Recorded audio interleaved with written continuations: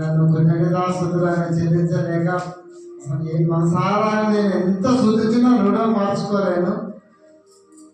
నేను జనవరి 31 ఇక్కడ 31 తీసుకున్నాగా జనవరి పోయిన నెలలో ఇక్కడ నుండి జనవరి 31 పోయిన తర్వాత ఇంటికి నాక 3-4 రోజులలో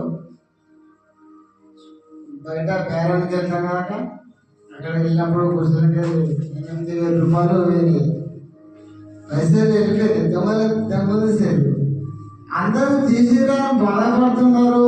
అయ్యో ఎట్లా పోయినాయి ఏ కథ అని అందరు అడిగితే కొత్తగా ఎన్ని అవసరంలో తీసుకున్నారు. వాళ్ళు కూడా గరిపోలే కావచ్చు. ఇంకా మా వాళ్ళు సైలెంట్గా కూర్చుంది. అసలు ఇంత కూడా బాధపడలేదు, ఏడవలేదు, ఏం చేయలేదు కూడా. కానీ అయ్యా నేను బాధపడ్డా. హౌసింగ్ లోన్ కట్టాలి, నెలలకు 14,000 రూపాయలు హౌసింగ్ లోన్ కట్టాలి. నేను ఇంటి లోన్ కట్టాలి. నా దగ్గర రూపాయలు లేదు. పరిస్థితి ఏంటయ్యా అని అయ్యాకి చేసిన ఫోన్. అయ్యో నాన్న భయపడదు, నాన్న దేవుడు సాయం చేస్తాడు, ఖచ్చితంగా సాయం చేస్తాడు, భయపడకు, ధైర్యంగా ఉండదు, దేవుడు సాయం చేస్తాడు అని డాడీ మాకు చాలా ధైర్యం చెప్పాడు.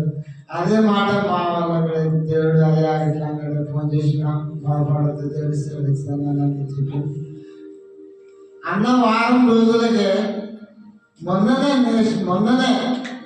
అన్న వారం రోజులకే దేవుడు 8,000 వేలతో పోనీ అని 11,000 రూపాయలు నా అకౌంట్లోకి మెసేజ్ వచ్చింది. అంటే డబుల్ కట్టాడు 8,000